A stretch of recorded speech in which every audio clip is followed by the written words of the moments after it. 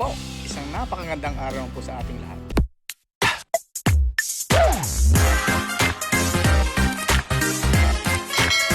Ngayon po ay pupunta tayo sa ating taniman na medyo malayo dito. Ano po?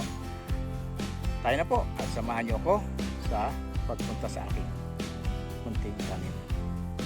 Kagandahan dito, kapag tayo pupunta at medyo malayo, ano po, di ba? Nakapag-exercise na rin tayo. Alam niyo po ba, isang tip ko sa inyo, ako po ay nagpapagamutan po. Ngayon, nung nakaraan, yung aking mga medical examination ay medyo matataasan po. After 3 months, bumaba po. Natawa yung aking consulta ng doktor dahil sa malaking improvement. At ngayon po, bumaba na rin yung aking timbang mula sa 84 naging 78, at ang kagandahan nung last week ay nagtimbang na po ako ng 74. So ang ginagawa ko lang po ay yung medyo bawas ng pagkain, dahil po ng kanin, at bihira na po ako kumain ng mga kanin. Ngayon ang kinakain ko ngayon dito, mga gulay, at saka yung mga kaya ng mga pipino, watermelon, yung pakwan, mga gulay. Basta sariwang gulay dito sa probinsya, mga tayo natin sa paligid ng bahay. Yan lang po ating nakain. Ngayon, habang tayo pupunta doon, hayaan nyo pong kwentuhan ko kayo sa habang pinaglalakad pupunta sa ating tanim. So yan po, alis tayo pupunta na sa ating medyo malaylay dito na tanim namin. Umaga, punta ko doon sa tanim. Papawisin na tayo.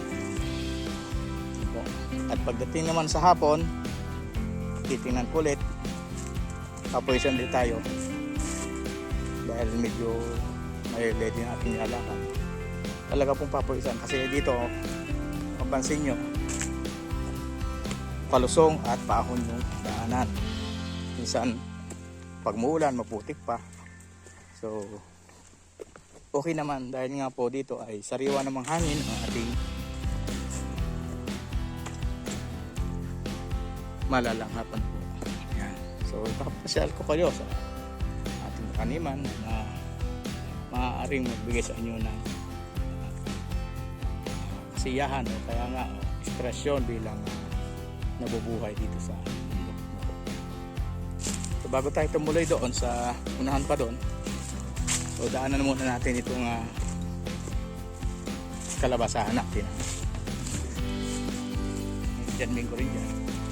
Yan yung mga saging.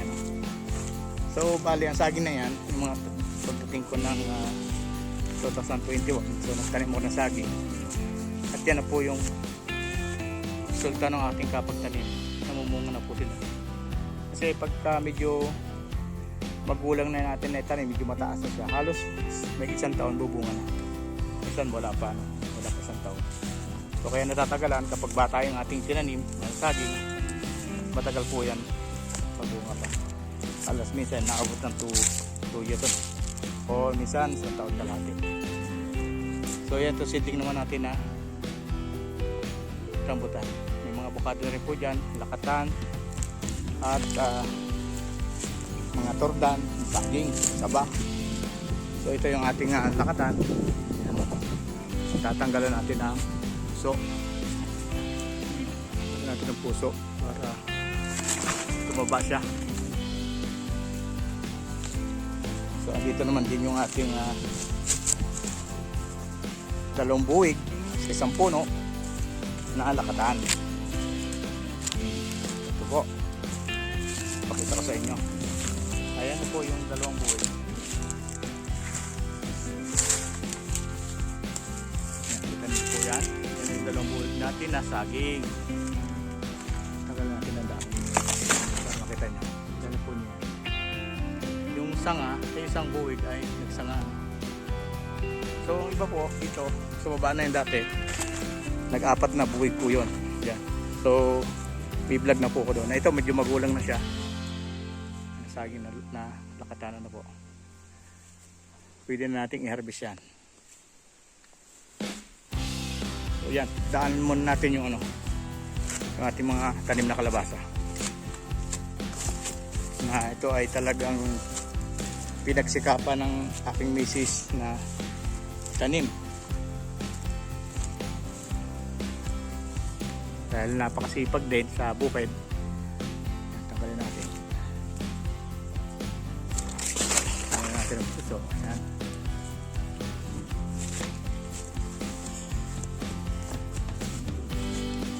Sakit tayo doon. Bukod doon sa kalabasahan sa may malapit sa may bahay, kalabasahan din po dito. At ito yung pinatraktura ko ng nakaraan. Nung una, ito ay tiyatanim ako ng mais. So dahil sa matagal na rin at malaki na niyog, so yan. So, ang niyog natin, mataas na. Pero pwede pa tayo magtanim din sa ilalim ng niyugan. Ayan. Ito naman yung ating kalabasa, malago na rin. Hindi ito magtatagal at bubunga na rin yan. Mag-uumpisa na rin yung mamulaklak.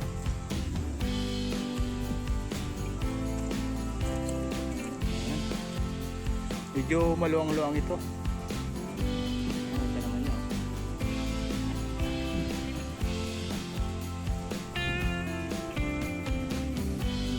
Ganyan para makita ninyo.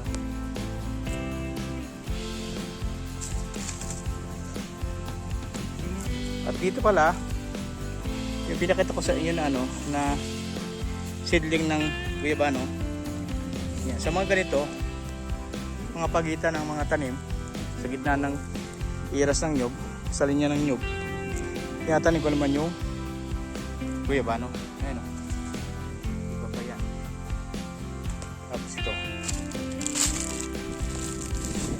Kaya bukod sa kalabasa, saging, guyabano, at may mga avocado na rin po ako tanim dito.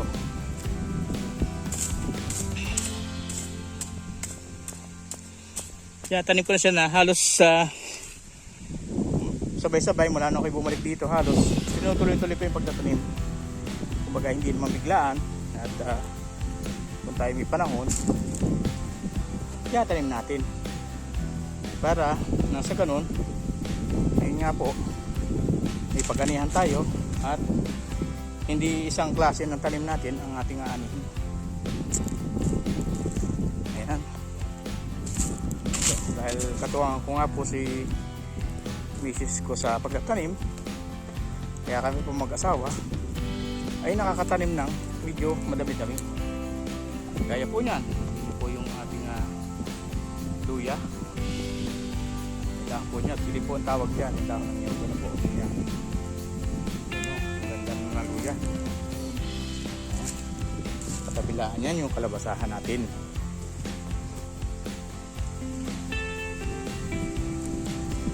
Kaya hindi pa natin nataniman lahat. Gaya ng pababa na yun. Hindi pa natin taniman kasi nga po. Puna na tayo sa panahon. Kasi nagtatagulan na. Kung hindi pa natin maararo yan, hindi pa natin mabungkal, ay hindi natin manataniman ng maayos. Lalo kung ganito, kailangan talaga dito, lalo kung luya, mayabo yung lupa para pag laman niya hindi hirap yung laman pag sa lupa.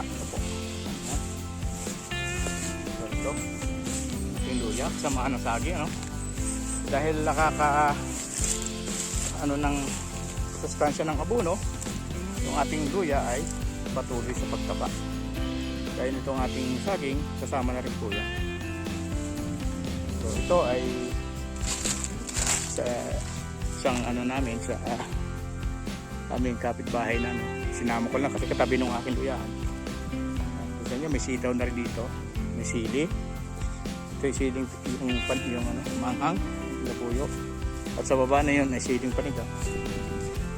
At yun naman ay sitaw. So sa kababaan pa niyan, kaya po ito may green yan po ay may nabuno na rin. Kaya kung mapapansin nyo, parang may puti-puting ganyan. Kasi ang nabuno dyan ay triple 14. Complete po. Yun naman isa sa baba. So may mais din po ako doon sa baba doon. Yan po. So pinapakita ko ito sa inyo kahit hindi ito sa akin, ano po, dahil nadadaanan na rin natin, may mais na rin doon. Ayun, kita niyo sa akin, ang laki ng buhay ko. Mayroon ng hinog. Ayun, may mais, ayan. Sa banda ron may mais din. Ayun, kita naman yun. So nadadaan natin ito po sa aming maliit na taniman. Pansin nyo talaga dito, halos dito karamihan na tanim at kinabubuhay ay pagkukopra, kasi halos dito ng taniman ay may niyog. Yan. May saging nasa ilalim. Yan, gaya na may mga makating kanyan, at pag medyo masipag pwedeng taniman ng mga gulay.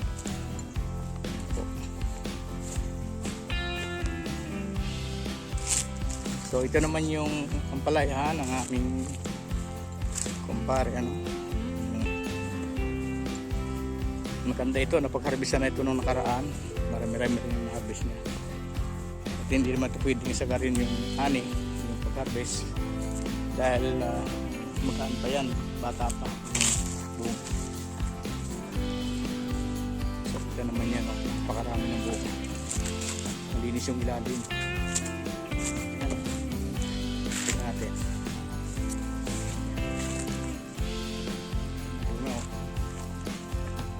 Ito yung isang ito. Kasi ang pagitan nito halos 2 metro o higit pa. Malinis. Palaya. Ayan o. Kasi malong-luwang din ito. Ito isang lata kung tawagin. Ilang daang puno nito. Ito naman yung mga bunga.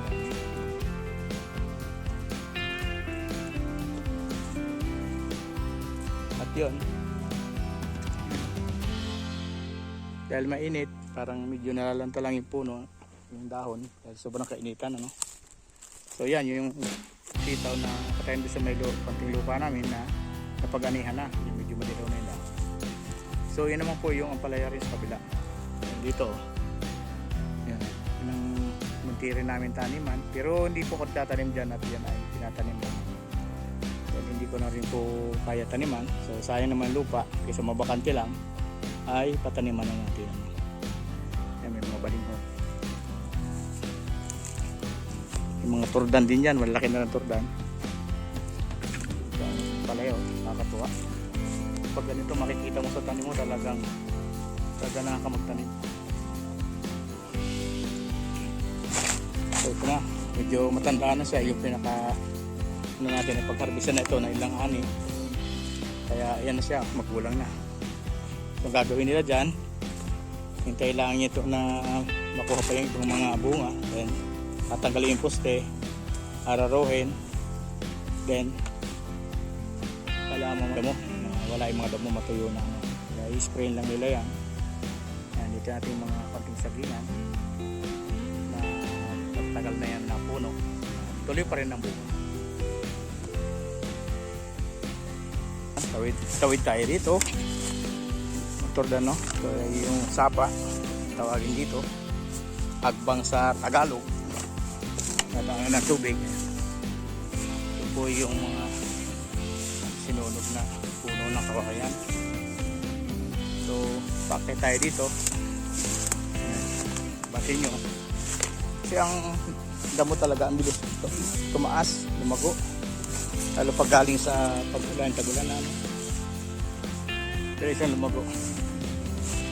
Kaya mapasin natin malago na yan. Yan ang ating balik mo yun.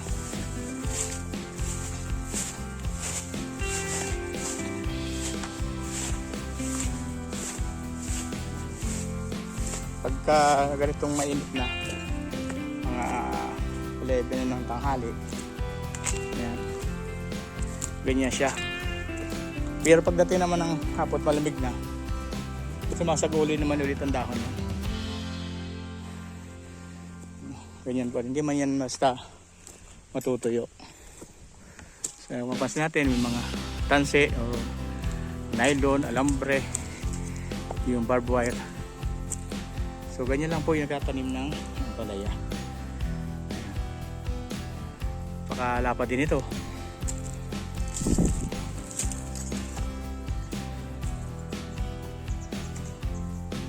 Kaya sayang pag hindi nataniman yung lupa.